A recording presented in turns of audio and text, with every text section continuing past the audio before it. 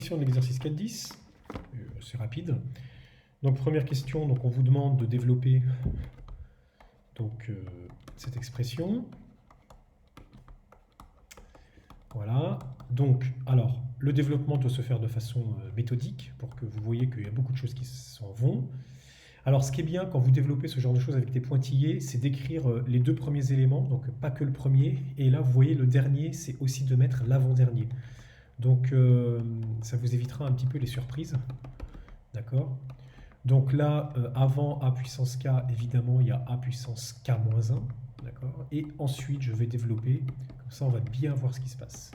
Donc, je développe terme à terme. Donc, pour le premier in, j'ai in moins a. D'accord? Donc, le in, je l'ai développé là. Ensuite, je vais développer le a avec in moins a. Donc, je vais obtenir plus a moins a au carré. Plus, etc. Et plus, pour les deux derniers, donc je vais faire ak-1 que je vais développer avec in-a, donc je vais avoir a puissance k-1 moins a puissance k, et le tout dernier que je développe là, donc plus a puissance k moins a puissance k plus 1. Donc à vous de voir que par construction, eh bien, le moins a se supprime avec le a, le moins a carré va se supprimer avec celui qui est le premier là, qui va être moins a carré, et en marche arrière, c'est pour ça que c'est bien de l'avoir fait, d'avoir fait apparaître l'avant-dernier, sinon on ne voit pas, ou on a du mal à voir que a puissance k va s'enlever en fait avec le précédent.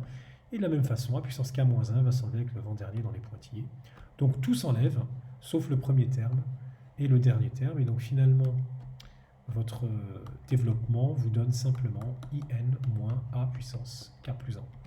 Alors dans la deuxième question, on vous dit que A est une matrice nilpotente d'ordre 3, enfin d'ordre R supérieur ou égal à 3. Donc montrer que in-a est inversible et exprimer son inverse en fonction des puissances de a et de in. Voilà. Alors on fait bien attention dans l'énoncé, hein, donc elle n'est pas nilpotente d'ordre 3, elle est nilpotente d'ordre R.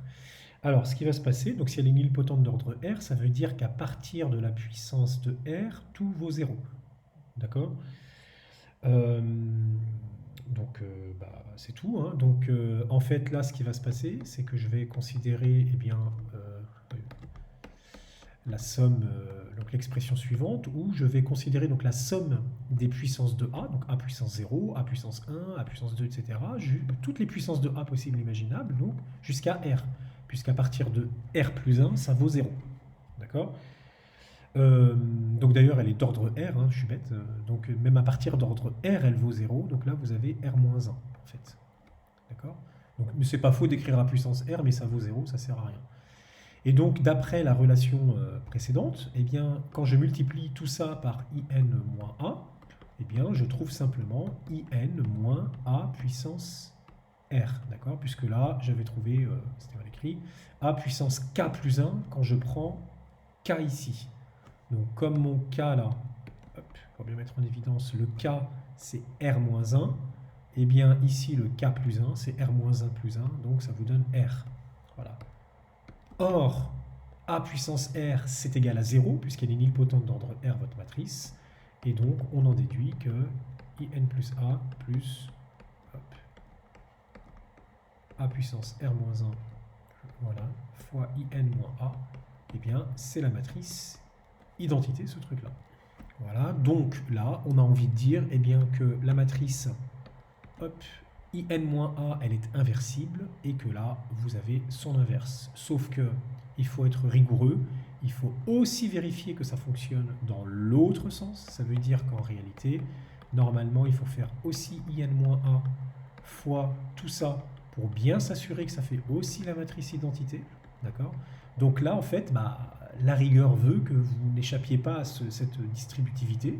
Vous la fassiez, mais en fait, vous allez la faire comme tout à l'heure. Hein, donc vous allez avoir in plus, donc vous allez multiplier in par tout ça, donc plus a, enfin voilà, etc. Mais là, vous pouvez multiplier in moins a par i, puis après in moins a par a, puis après in moins a par a carré, etc.